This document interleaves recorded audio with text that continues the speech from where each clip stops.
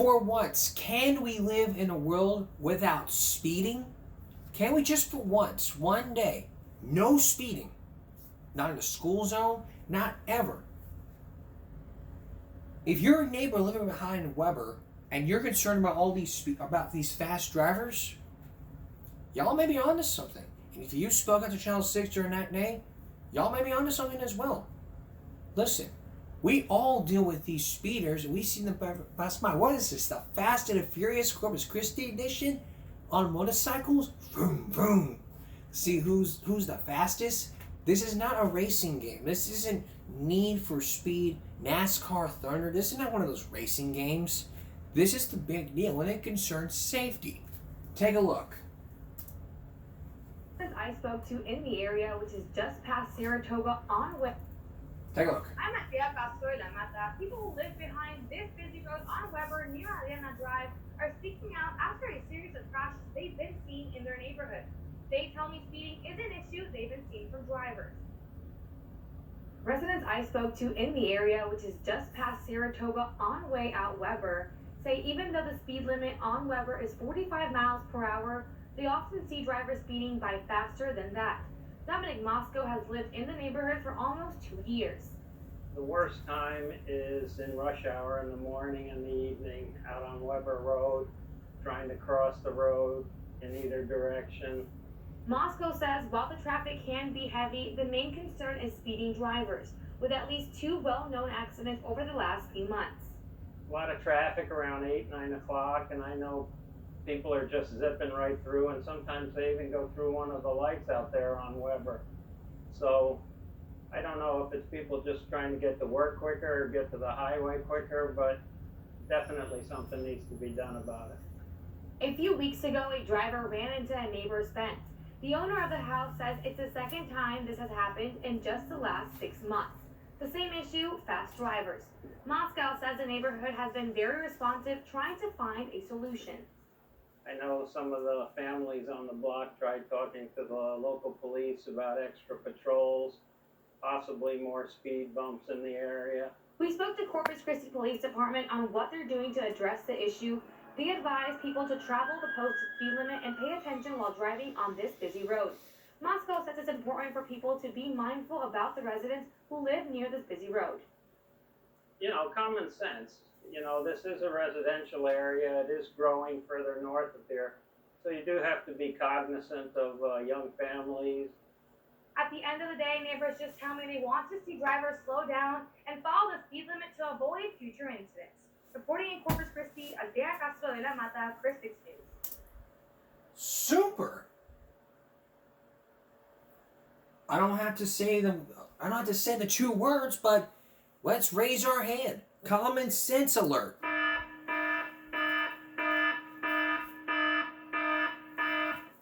Do not speed. Think of your child. Think of other families. I get that you're in a hurry to go to work, but it's a safety issue. Safety. If I gotta break out my safety vest to show you, okay, but I'm not doing that. I'm telling you guys, think of the families. Think of the residents that live in that neighborhood, and say, I don't want to have this happen again. Like, I get that you're in a hurry to go to work, hurry to pick up your kids from school, all that junk, but let's think about our families, our neighbors. I get that you're in a rush hour, you want to go to work and get there on time. Hey, I understand. I'm in your shoes. I'm not joking. I really am. I really wanted to be like y'all and just hurry up and get to work. I understand. I feel your passion. But let's think about residents and our neighbors in that area. If I were to talk to that neighbor and say, great job raising some common sense, I would not just give him a fist bump, I'd give him a high five and a bump at the same time. It'd be a high bump, meaning high five and a fist bump. Basic common sense needs to say, hey, I gotta watch out for speeders. I should not be speeding in a zone. 45 miles per hour, but it gets broken like a bandit. It gets broken like a pretzel stick. Because nobody cares. It's like 45, out. 45, Screw that. I'm gonna go. I'm in a hurry. I don't care. I don't care. I don't care if you're in a hurry to go to work, hurry to go on the date, hurry to go to the hospital. Well, except if you have a baby or whatever. If you got a baby, that's an excuse. Put that in parentheses. If you're in a hurry, I mean, that's a great reason to tell the officer, like, officer, please let me go. My wife is pregnant. My wife's having a baby. So and so, this and this. If that's the reason, then okay, they'll let you off in the morning. If not, you'll get speeding tickets and you may fight this in court saying with your excuses. There is no excuse. You may sit there and say, well, I was getting late to work. My son would not get out of bed to go to school. That is not an excuse. I don't care about your excuses except for medical reasons. Except for pregnancy reasons, like your wife's having a baby or whatever, your girlfriend's having a baby. I understand. But let's try to keep our roads safe from speeders, from fast drivers. We don't want more accidents happening. We don't want any more vandalism happening. That's the bottom line. Later in the broadcast, the latest from Natalee Holloway. Urine Venezuela confessed to murder, and now he's remaining in sentence. Coming up, secrets and liars. You may have told a secret, or you may have kept a secret, you may have told a lie. We're going to tell you some secret ways you can keep secrets, and how to spot a liar. Stay with us. Secrets and lies. Let's face it, we try to keep secrets. We try to tell a liar, spot a liar. But let's go to the secrets first. Let's imagine this. Your friend tells you a secret, says don't tell anyone. And yet you couldn't even keep it a secret because you were so pressured to tell. We may have seen some you remember Maury Povich. There were shows about secrets. Like, I cheated on you. You may not be the father, so and this and this.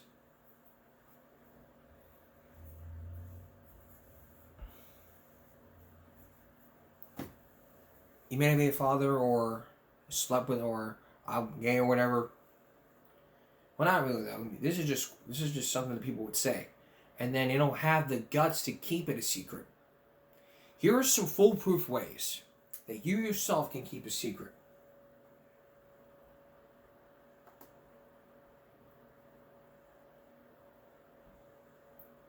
Some secrets you have, take with you to the grave. Number 1. Don't tell anyone. Take it to the grave with you.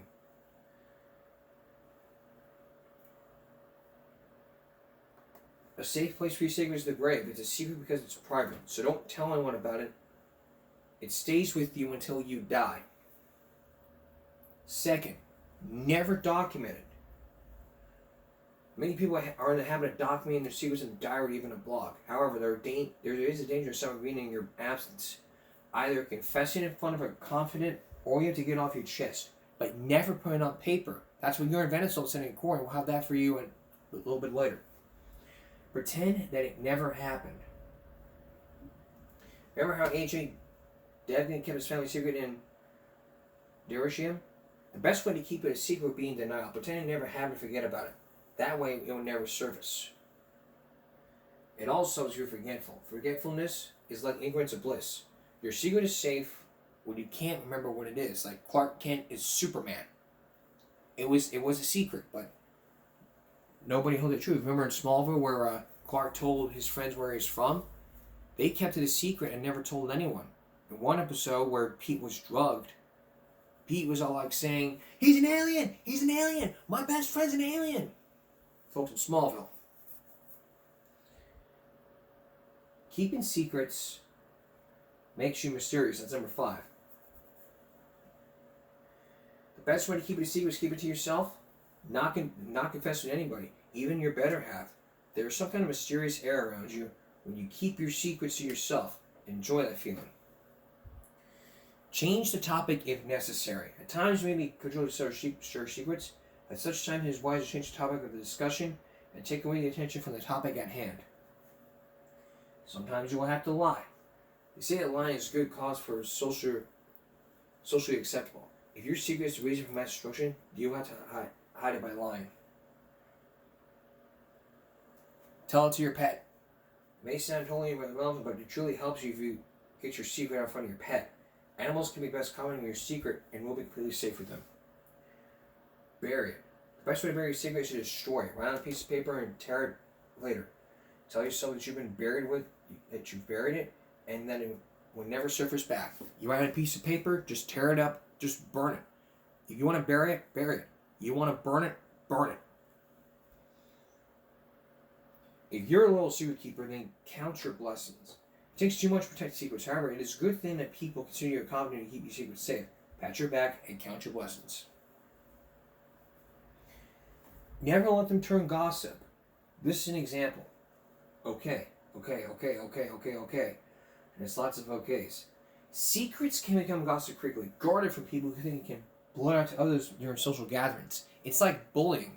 It's like when people start gossip, they start making fun of someone, which is part of bullying. It's like, I don't like Adele's voice because she's a bitch.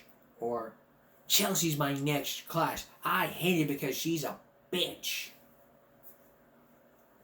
No offense, I would never say that. Or, you may not hear it, but if you do hear it, if you hear gossip happening, you may tell a friend, or you may talk to your principal and saying, hey, this person called me a bitch, whatever, a slut. That's part of bullying. That's how bullying starts, with a gossip. Saying, oh, I don't like Jay because he's gay, or I don't like Adele because she's a bitch, whatever.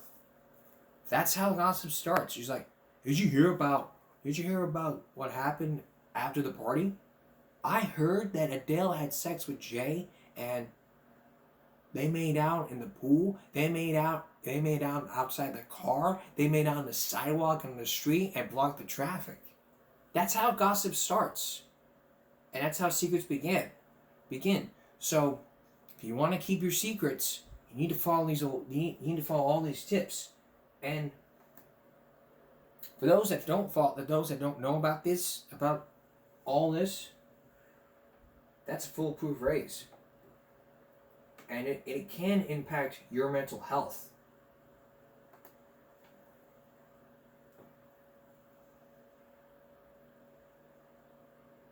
It's in romantic relationships. It's always in romantic relationships, like, I cheated on this guy, I cheated on that guy, I cheated on your wife, I cheated on this and that. It's always with relationships. The best thing I have for you is, if someone tells you a secret, don't post it on social media, don't tell anybody. Keep it to yourself and bury it. Burn it if you have to. The paper in those ashes will burn. And it will just, and you have to say, if you got to erase your memory, then drink alcohol. Do whatever you need to. It doesn't matter. Just bury it or burn it. One of the two. Somehow or another, we've all told some lies in the past. But how can you spot a liar? How can you tell when someone is lying? What I've learned from Dr. Phil is, the only way I can tell you're lying is if your lips are moving. But how else can you spot a liar? When we return, we're going to give you some tips on how you can spot a liar, or how you can tell if somebody is lying. And to get to the truth, stay with us. Somehow or another, we all tell a lie. Sometimes the lie becomes the truth. The truth becomes a lie. That's how it was. The truth is the truth. The truth is a lie. But what if you can say, I want to learn how to spot a liar, I can tell. Dr. Phil always says, the way you can tell you're lying is if your lips are moving. So how can you tell when someone is lying? Let's give you some helpful hints. That way you can know what you're doing. First, these are the first signs of lying. These are red flags if someone is lying. Grooming behaviors such as playing with their hair or pressing their fingers to their lips. Repeating questions, speaking sentence fragments, being vague, arguing few details, and failing to provide specific details. If you suspect that someone might not be telling the truth, look at these indicators to distinguish from fiction. It's the body language. When it comes to detecting lies, people often focus on body language, tells or subtle physical behavior signs that reveal deception. For example, shrugging lack of expression or bored posture and grooming behaviors such as playing with hair and pressing fingers to the lips can give away a person who's lying. Vocal cues. Certain speech can really discomfort and conscious of guilt. If the person seems to be unsure and insecure, they are most likely to at least be perceived as lying. Language cues. Look for someone who's telling a lie and leaving out important details. After all, they can't be called out for lying about a minor element of a story. Not only is telling a lie more conveniently demanding, but liars typically exert considerable mental energy on monitoring their behaviors and evaluating in response to certain credibility. Listening for your gut reactions. Researchers had 72 participants watch videos of interviews with mock crime suspects. Some had stolen a $100 bill off a bookshelf, others had not. All suspects were told to say what they had taken, or they had not taken the money. Interviewers were unable to consistently detect liars. Accurately identifying the liars only 43% of the time, and the truth tellers 48% of the time. The results suggest that people may have an unconscious, intuitive idea about whether somebody is lying. Lying is hard to detect. Researchers at UCLA conducted studies on lying and analyzed 60 studies of deception to develop recommendations and training for law enforcement. The results for their research were published in the American Journal of Forensic Psychiatry. Lead researcher R. Edward Gisselman suggests that although detecting deception is never easy, quality training can improve a person's ability to detect lies. Without training, many people think they can detect deception, but their perceptions are unrelated to their actual ability. Quick, inadequate training suggestions lead people to overanalyze and do worse than if they go with their gut reactions. Finally, trust your instincts. You might have great intuitive sense of honesty versus dishonesty. Learn to heed those feelings. What if you could develop a foolproof portable lie detector and take it with you? In the coming weeks, probably on Giving Back Saturday, we're going to introduce you to one person who has developed a portable lie detector, and he may give you some pointers and tips on how to spot a liar. That's on Giving Back Saturday.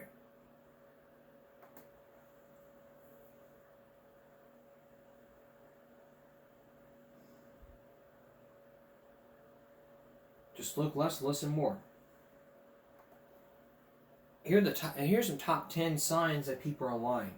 First, a change in speech patterns. According to Greg McCurry, an retired FBI criminal profile, a person's voice or manners of speaking may change when they tell a lie, as reported in Forbes. The use of conjuring gestures, not saying enough, saying too much, a usual rise or fall in vocal tone, direction of their eyes, covering their mouth or eyes, excessive fidgeting, finger pointing or literal figurative, going back to the or covering their mouth and eyes. It'd be like, Sarah cheated on Ryan! Or, Shrek went to bring back the next year! Which is telling the truth. They spill out their guts and they just come out and go,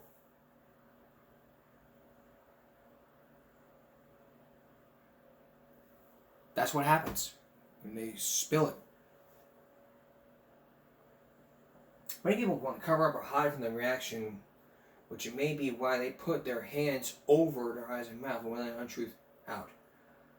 According to former CIA officers in their book Spy the Lie, others may even completely close their eyes when telling a lie. As reported in Parade magazine, this could be especially true when it's in response to a question that does not require a lot of reflection.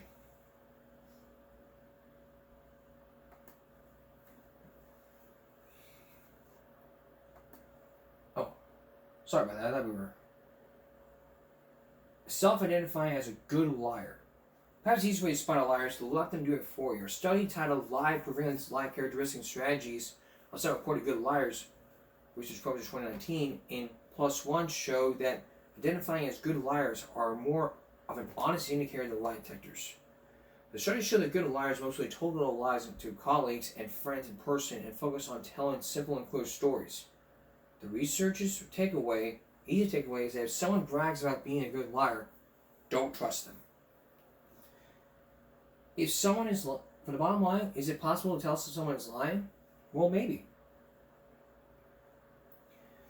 But the only way people can tell that people are lying is if their lips are moving. That's the only way they can know. So the next time you spot a liar, look at their lips and hear this out.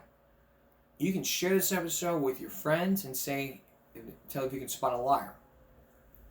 So next time you have secrets, keep a secret. And if you lie, and if you try to lie or spot a liar, then follow the tips and you may know more. For more information about secrets and liars, what else you can do, you can visit Give Me a Break. You can visit our newsletter at givemeabreak.substack.com. Next, the latest from Natalee Holloway. This time, Johan Vandersloot confesses to murder. Will he serve jail time or will he go free? Stay with us. It's been nearly 2 decades since Natalee Holloway was murdered, and at those almost 2 decades, the murder remained a mystery. They point to the suspect as one of Johan Vandersloot. He says that he did not kill her, but through hidden camera footage, he confesses on hidden camera from a friend who set up the whole thing through hidden camera in a car. That was in 2020, and we'll show you that in just a minute. But we're just going way ahead of ourselves with this. Let's give you the very latest first, and then we'll show you that 2020 report, even though we're going backwards here. The very latest is this. Johan confesses to killing Natalee Holloway. How did he do it? Let me warn you, before you watch this, we're warning. It is graphic to watch and hear. Here's Steve Fabian. She was bludgeoned to death with a cinder block. That's the long-awaited revelation today about Natalee Holloway. It comes as her mom faces off in court with Natalee's killer. He finally confessed that he killed Natalee. He described when and how he killed her. The notorious Johan Vandersloot struck a plea deal with federal prosecutors in Alabama that required him to reveal what happened the night 18-year-old Natalee vanished 18 years ago. In a transcript of a recorded interview released today, Vandersloot gives a detailed narrative of what he says happened after he left the casino in Aruba with Natalee. I'm with Natalee walking along the beach. We start kissing each other. She tells me no. She tells me she doesn't want me to. I insist. She ends up kneeing me in the crotch. I get up and I kick her extremely hard in the face. Right next to her, there's a cinder block. I smash her head in with it completely. I half pull, half walk with her into the ocean. I walk up to about my knees and I push her off into the sea. He said that after killing her on the beach in Aruba, he put her into the water, and that was the last that he ever saw her. Vandersloot wore an orange prison jumpsuit with his hands shackled to a chain around his waist as he entered the courtroom here in Birmingham. The room packed with Natalee's friends and family. Vandersloot spoke softly to the judge and at one point actually issued an apology to the Holloway family and said he hoped his statement confessing to her murder would give the family some closure. Beth Holloway faced Vandersloot in court and didn't hold back. You look like hell, she told him. I do not see how you're going to make it. You are a killer, and I want you to remember that every time that jail door slams. I got the answer I've been searching for the past 18 years.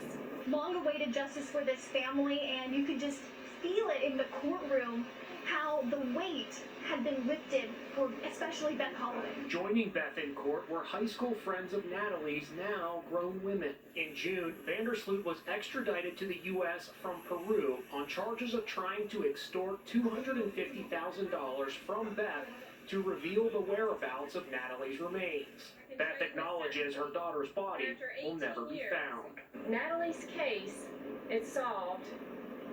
As far as I'm concerned, it's over. It's over. Vandersloot now returns to Peru to serve out the remainder of a 28-year sentence for murdering a woman in that country. He will concurrently serve 20 years for pleading guilty to extortion and wire fraud. Wow. But where was the body? Without you say case closed. Somebody says case. My mom says case closed. I say common sense alert.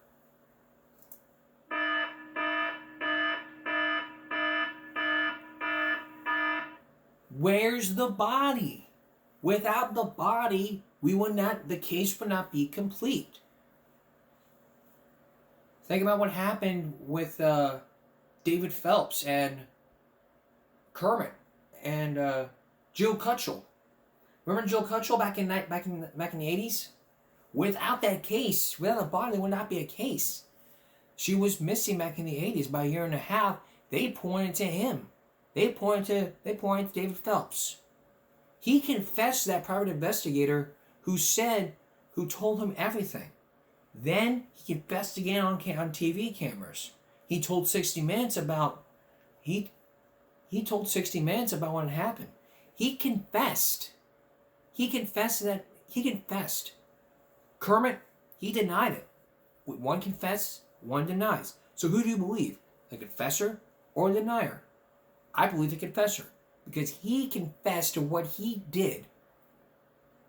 Why did Kermit deny everything? Because he says he wasn't there.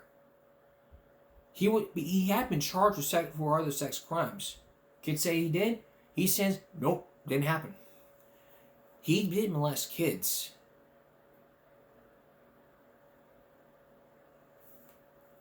That was in Northern Nebraska.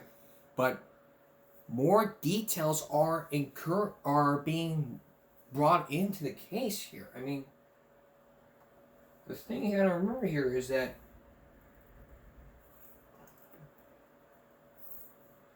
when you're dealing with a case that has to do with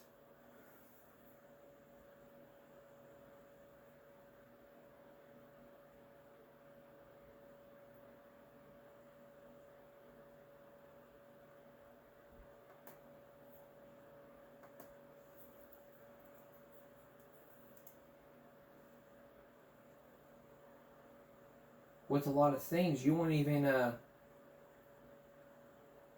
don't know why I stopped mid-sentence. You see, I'm trying to find that 2020 story that talked about the case with hidden cameras. But I couldn't find it.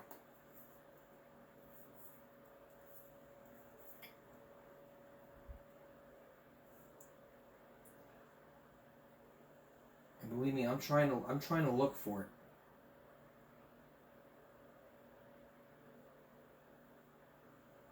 But 14 years later, after disappearance, there was a movie about it. There were cast members about it. There was a movie by Natalie Holloway.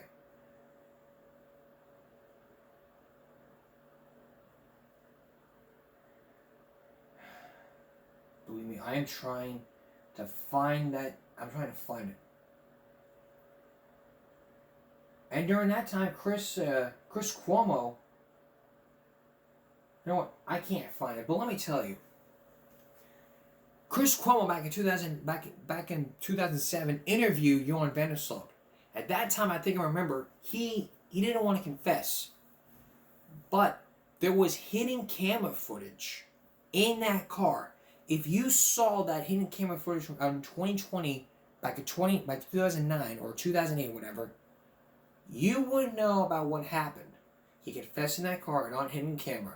And one person, and when Chris asked this one person, what went through your mind when you heard Johan Vandersloot said, she'll never be found? That one person said, you son of a bitch. That's what I remember him saying. But the case is over without a body. We'll never know. Nobody will know.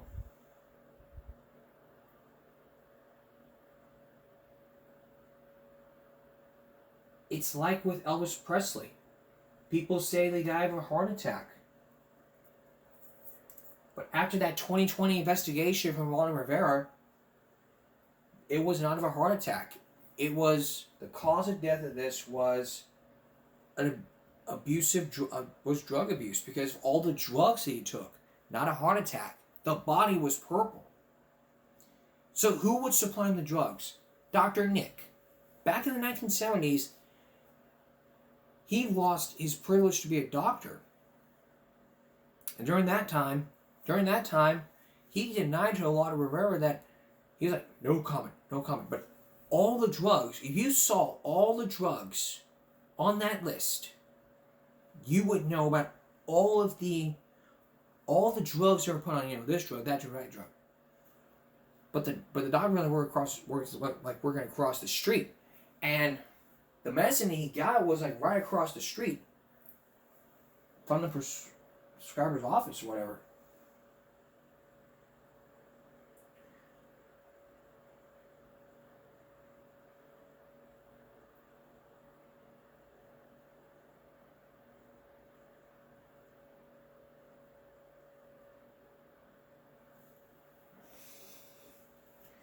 You know what? I can't find it. If I find it, we'll show it to you. If I find that story, I'm going to try my best to find it. And probably on Friday or Saturday, we'll show you that story.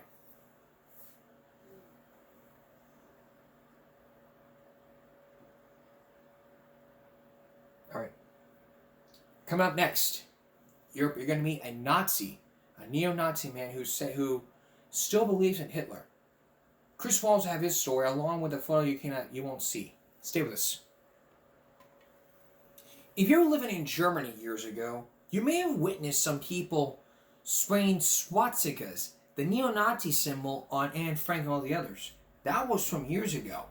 Tonight, you're going to hear about those neo-Nazis. You're going to meet one man who knows about, who would say they would have war between the German people and the foreigners, probably the U.S. Could there be another war with Hitler? He died.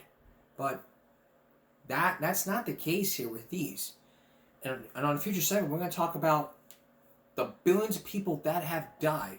And one man says that he was ordered a shoot to kill for all German people, even the children. But he went away. 2 people. That's on a future episode. But first, here's Chris Wallace.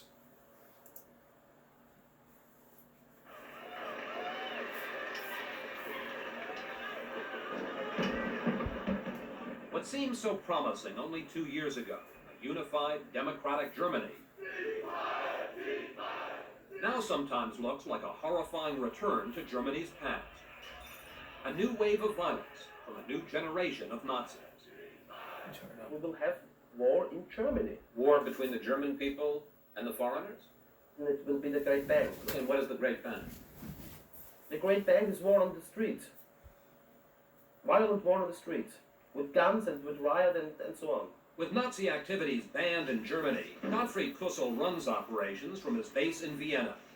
He says his Great Bang will be even bloodier than the record violence against foreigners last year. The neo-Nazis are still a small band of extremists, 5,000 hardcore members and another 30,000 so-called skinheads. But officials worry their numbers are growing. They are a frightening reminder of Adolf Hitler's rise to power, how his slogans about racial purity, a master race, and Germany for the Germans captured the nation. In today's Germany, the followers of Hitler's philosophy may no longer fill stadiums, but there are more of them than you may think. In addition to the thousands who make trouble in the streets, there are millions of silent sympathizers. In some surveys, up to 40% of the public express understanding for the right-wing extremists. Indeed, just as the Nazis did 60 years ago, the neo-Nazis today are exploiting the country's fears and resentment. And once again, they have found a scapegoat for Germany's troubles. Ausländer raus, foreigners out, is the new Nazi battle cry.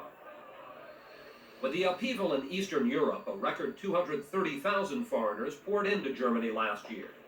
They received shelter from the government and hostility from crowds whipped up by neo-Nazis. Mr. Kussel, are you a racist? Of course I am, yes. Do you believe in the superiority of the German people? In Germany, of course. It's our country, it's our home, and we're living here for many thousand years. And all the other races, all the other people in Germany are inferior? In Germany, German people are superior. Unseren Führer Adolf Hitler auf die Zukunft Deutschlands ein dreifacher Sieg! For the past 18 months, Primetime has followed the growth of the neo-Nazi chapter in East Berlin. It was the perfect time to recruit angry young men, with communist authority breaking down and reunification bringing economic uncertainty. Several hundred of these unemployed, alienated young men joined the neo-Nazis as a way to fight back. They turned this abandoned building in East Berlin into an armed camp. Molotov cocktails and bricks stacked on the roof in case the police attacked. By day, they drank beer and watched Nazi propaganda films, like The Eternal Jew, which compares Jews to rats. They spread diseases. They are cunning and stealthy, cowardly and cruel, and usually run in large packs. Among animals, rats represent cunning destruction, no different than the Jew among human beings. Later, they took joyrides around Berlin, unfurling the combat flags of the old German army and navy, singing songs of Hitler's SS, and looking for trouble. Shots rang out as they shouted "Kill the Reds" in a pro-communist neighborhood in East Berlin. One of the neo-Nazis was hit by a bottle. "Don't worry," he boasted, "I am bleeding for the fatherland." Gemeinsam sind wir unausstehlich! Kussel, who was barred from entering Germany, would sometimes sneak in to spur on his forces. If people are going to call for the end of fascism, then we have the right to bash them in the mouth. Before you dismiss them as just a few crimes, listen to Wolfgang Lesser, a Jew who lost his parents in concentration camps. He tells of riding a train recently when a group of neo-Nazis got on. I came in, roared, Sieg Heil! "Anybody against it?" They had the knives in their hands and the clubs.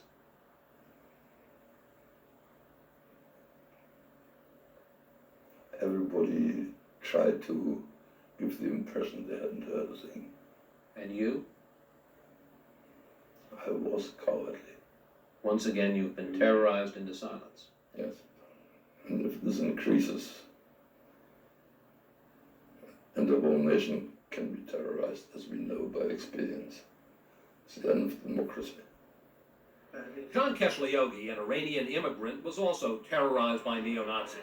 They attacked the refugee center at Hoyerswerda last September. Angry mobs ran through the streets looking for victims. He put a knife in my hand. He took a knife? Yes. And he cut you? Yes. And after that... And what did he say? He said, "Ausländer raus." He said, foreigners get out. Yes.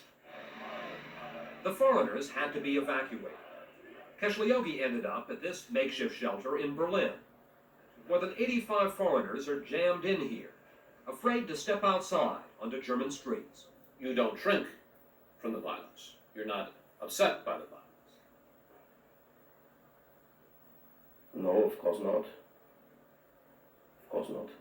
One reason is that Kussel doesn't worry much about German law enforcement. Authorities have raided some neo-Nazi hiding places, but there's been no real crackdown. In fact, in the 1,500 attacks last year, there's been only a handful of convictions. Sometimes the police are secret sympathizers. In Dresden, a Swedish documentary TV crew shot these pictures 14 months ago of neo-Nazis giving the illegal Sieg Heil salute and singing the banned Nazi anthem. The police stood by and did nothing. There's the matter of clarifying whether these are in fact neo-Nazis. I mean, it looks okay to me. German political leaders haven't been rushing to judgment either. The country's right-wing anti-foreigner parties are doing better than ever. And even Chancellor Helmut Kohl has begun talking about imposing restrictions on foreigners. Still, all politicians are careful to avoid any link to the Nazi past. Any link to the dictator who sent young Germans off to die and his nation to ruin. And yet, despite the catastrophe of Hitler's rule, his army destroyed, his country divided for 45 years, despite all that, Hitler today is a symbol of strength, even of national pride, for an alarming number of German youth. In one recent poll, 15% of German young people said they now consider Adolf Hitler a great man. Hitler is the star of these underground computer games, which are circulating in German high schools and elsewhere in Europe. In one Austrian school district, a quarter of the students admitted they play these games. Games like Aryan Test, a multiple-choice quiz with questions like, the best way to kill Jews is doing nothing, little by little, or the, quote, correct answer in gas chambers. Or Concentration Camp Manager, the object to kill as many Turks with as little gas as possible. If your kill rate improves, Adolf Hitler himself appears to promote you to the SS for freeing Germany of its Turkish parasites. But Nazis killing Turks is no game. 19-year-old Meta Ekşi, a Turk raised in Germany, was murdered by a neo-Nazi gang last November. Neo-Nazis told my son not to speak Turkish because they're in Germany and should speak German. One of them hit him on the back of the head with a baseball bat. And just because he was speaking Turkish in public, they killed him.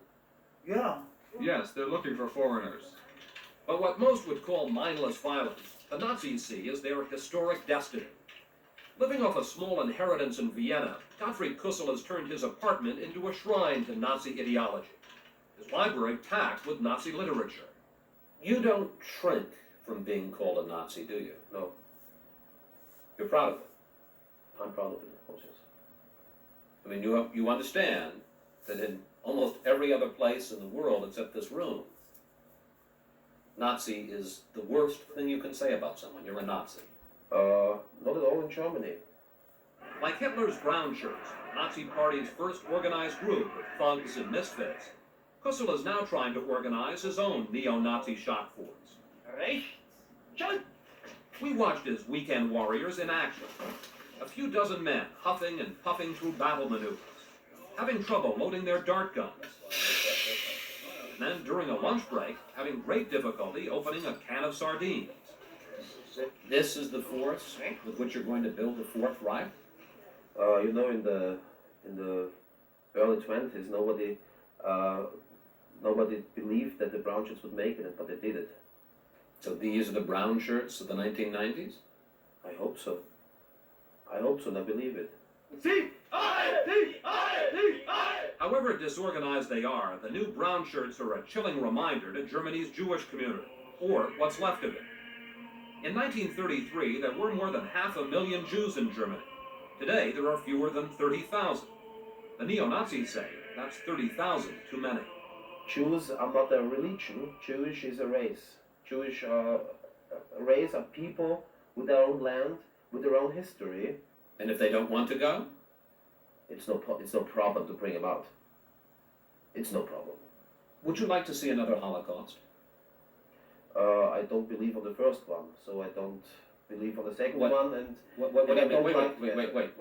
You don't believe there was the organized extermination of the Jews? No, of course not. I don't believe it. There was no gassing? No. There was no putting of Jews in ovens? No. Kussel and the neo-Nazi movement say the Holocaust was the invention of a Jewish conspiracy to raise money for themselves and for Israel. Mr. Kussel, I have a picture here that we can't show on television because it is so gruesome, of a Jew being shoved into an oven. Yes. And Buchenwald. He's dead, of course, and it's a crematory, of course. But you have no guilt? No. No remorse? No. You don't feel any pain when you look at this picture? No, it's only a photo. Nothing more than a photo. It means nothing more than that? No. Kussel is not alone. Several hundred people attended this secret conference in Munich on what they call the hoax of the Holocaust. For now, the German government doesn't want to focus attention on these extremists. The same strategy used by the German government 6 decades ago. That was when a young revolutionary was telling his followers, now we are 7, soon we will be 7 million. Today Germany, tomorrow the world. That was what one slogan says. But could there be more to this that meets the eye? Coming up, this man says that he may not be a racist, but he spoke in a German accent and he's American. Could the U.S. bar him from doing a Hitler salute or bar him doing Nazism? The conclusion to the Fourth Reich Chris Hansen story when we come back. Stay with us. Now the conclusion to our story. It was about one man who envisioned the power of Nazism. Today Germany, tomorrow the world. But could that really still happen today? You're about to meet some of the followers and believers who believe in the Holocaust. But could it happen? You're about to meet someone who spoke in a German accent and is an American. Once again, here's Chris Wallace. If the German police are ineffective in their frontline battle against the Nazis, they're losing ground on a second front as well, trying to stop the flood of Nazi materials from overseas into Germany, where they are banned. The man who's responsible for that material is an American. Gary Lauk. Gary Lauk of the United States, who prints and ships all of this into our country, has become a major problem for us. 38-year-old Gary Rex Lauk is head of the overseas branch of the German Nazi Party. Born in Milwaukee, he moved to Lincoln, Nebraska, where he started his organization in 1972. Over the years, he changed his name to Gerhard, and even began speaking with a German accent. I found I could do more to help my comrades in Germany by remaining in America, where the movement is legal, and where I'm an American citizen, so I can't be deported to right away, and doing some things here that they cannot do legally in Germany. It has been said that you have smuggled tons of Nazi propaganda over the years into Germany. Oh, yes. Tons. Yes. Here's a sample of Lauk's handiwork. Ready to go messages of hate. Don't buy from Jews. Foreigners out. Hitler was right. Fight the Jew parties. And this Nazi newsletter. Lauk says he smuggles thousands of copies into Germany. Neo-Nazi leader Gottfried Kussel is grateful. It is the existence of a National Socialist press is very necessary for a party, especially for a party who isn't legal. How often are you in contact with him? Oh, I suppose daily. Really? Of course. Lauk's sale of Nazi material has been profitable enough for him to start foreign language editions, so he can spread his Nazi philosophy to 8 more countries. The activities of Gary Lauk are a thorn in our side, and we cannot figure out a way to stop it. He smuggles it in, he changes addresses.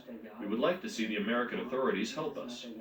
But there isn't much American authorities can do. The First Amendment protects Lauk's right to publish whatever he wants, just like any other American. And the Supreme Court has ruled that the use of the mail is part of free speech. So, unless Lauk mails firearms or obscene material, which he doesn't, he isn't violating American laws. Do you consider yourself an American or a German? I have news for you. I've been an American citizen for 38 years. I obey American laws, but I've been a German for 1,000 years. My family name is 1,000 years old. 500 years before Columbus came to America, my ancestors were German, defending Europe against the Huns and the Mongols and other people. Lauk may be careful about American laws, but he is contemptuous of German authorities. Here, seen greeting his fellow Nazis at the East Berlin airport a year ago, even though German officials had barred him from the country. He told us on one trip alone, he smuggled in 20,000 swastikas. Mr. Lauk, I have one of the publications that you distribute. Hitler's 50th birthday parade. Yes. When you look at the pictures in there, what do you think? I think Adolf Hitler was the greatest man who ever lived. If he was such a great man, why did he fail so miserably? The odds are stacked against him, and he was too humane. He was too humane? Definitely was too humane. Hitler was too humane? Yes, and we do not intend on making that mistake again. No one who reads Lauk's literature will ever accuse him of being too humane. This guide on race describes Jews as the parasites of mankind and recommends intensive work to eradicate the last traces of this pestilence. Or this dice game that Lauk designed, the object to kill the most Jews. And remember those young thugs who played Nazi music as they rode around Berlin? They were listening to a tape cassette of Stormtrooper Marches Volume 2, courtesy of Gary Lauk. Tens of thousands of American men died to stop that music and to rip that swastika off the wall. Don't you have any sense at all that you're betraying your country? The Americans were butchered as cannon fodder for their Jewish masters. I'm sure a number of people watching this broadcast are going to think, these are a bunch of kooks. How seriously should people take the Nazi movement in Germany? I can see us making substantial gains, possibly coming to power, at least becoming a force to be reckoned with in the next decade or two. If Lauk supplies the propaganda to the neo-Nazis, then this man helps provide the know-how. 41-year-old Dennis Mon of Tulsa, Oklahoma, Grand Dragon of the White Knights of the Ku Klux Klan. Why is the Klan interested in Germany? Don't you have enough things in this country that you're angry about? As America's turning into a third world, we may have to go back to our homeland. And I'd like to see Europe stay white and not be overrun. And I want to see the German nation get their pride back. I'm sick and tired of these liberals and these Jews telling the German people how bad they are. Last fall, Mon went on a secret 9-day, 25-city propaganda and recruiting tour through Germany, in which he handed out military manuals like these, with lessons about how to make explosives and detonators, about guerrilla warfare and sabotage. Mon claims to have signed up hundreds of neo-Nazis and skinheads as Klan members. If they think that they're justified using violence to drive these people out and to get the government's attention, I back them up. Has the Klan been a part of that violence? I can't say. But German police say the Klan may be involved. They found burning crosses and Klan literature like this at the site of racial attacks, and they've begun investigating. Say hi, mein Kameraden. I come to you from America as a fellow brother in the faith for your race and your future. We are in this forest now to show solidarity with you from America.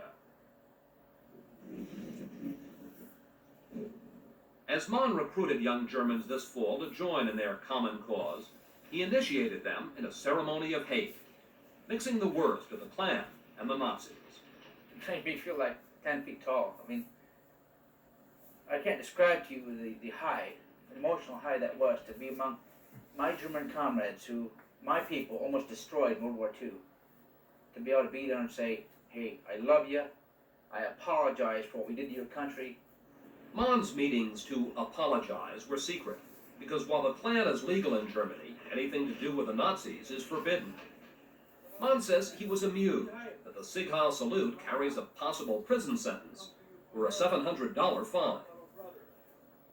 Sure. What was that? The salute is illegal over there, but I did lots of it. I mean, the salute. I mean, do you know how chilling it is to a lot of Americans who watch as you sit there and you give the salute? I don't care. And that's our way of saying, the hell with you. There is no reforming this thing, Chris. We're out to overthrow it. To overthrow it in this country and in Germany? I think so. It's coming to it. It's coming to it. American officials may not be able to do anything about U.S. citizens who are supporting the neo-Nazi movement, but officials in Berlin are very concerned about Nazi links to the Ku Klux Klan, and they have decided to launch an inquiry. Nothing else has been done. And nothing else has been done because nobody cares, and everyone wants to be a racist. Let's end racism. We don't need the KKK anymore. I mean, if you watch Jerry Springer back in the 90s, it was the start of the whole Ku Klux Klan. I would show you clips, but I don't want to get barred. I want to get barred for freaking playing a Jerry Springer clip.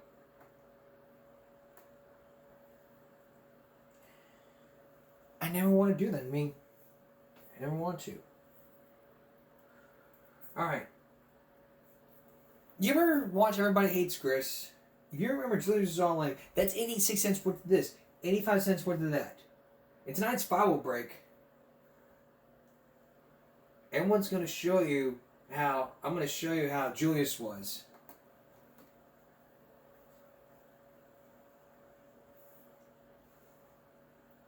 Always doing everything close.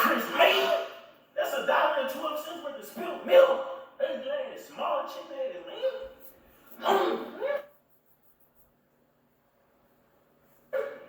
I know, I just cleaned it up. Man, you better lick all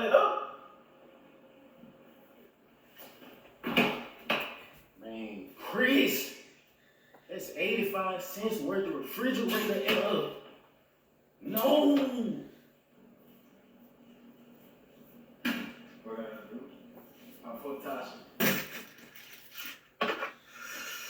Chris! Man, that's 27 cents worth of chicken. Come your stupid ass downstairs. Alright.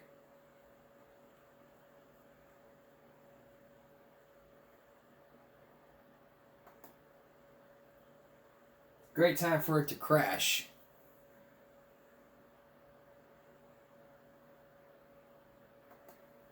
That's $1.09 in the trash. That's $2 on buy it.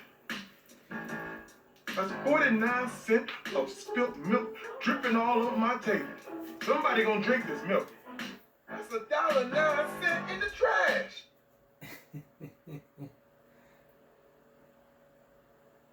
How about an allowance? You want an allowance? Well, here's what Chris's dad will tell you if you want an allowance. I'm not giving you money for walking around doing nothing. An allowance? I allow you to sleep here at night. I allow you to eat them potatoes. I allow you to use my lights. I allow you to drink my Kool-Aid. I allow you to nibble on them green beans. I allow you to look at that TV. I allow you to run up my gas bill. I allow you to walk up my stairs. I allow you to ask me these ridiculous questions. Why should I give you an allowance? I allow you to live. Get out of here. Grandma, can I have my allowance? I allow you to live. I allow you to live. That's funny. That's it for the second half of this. That's it for the second half of Give Me a Break Wednesday. Going to Thursday. We'll see you again for Throwback Thursday with something special. For all of us here at YouTube and Give Me a Break, stay safe out there and have a good night.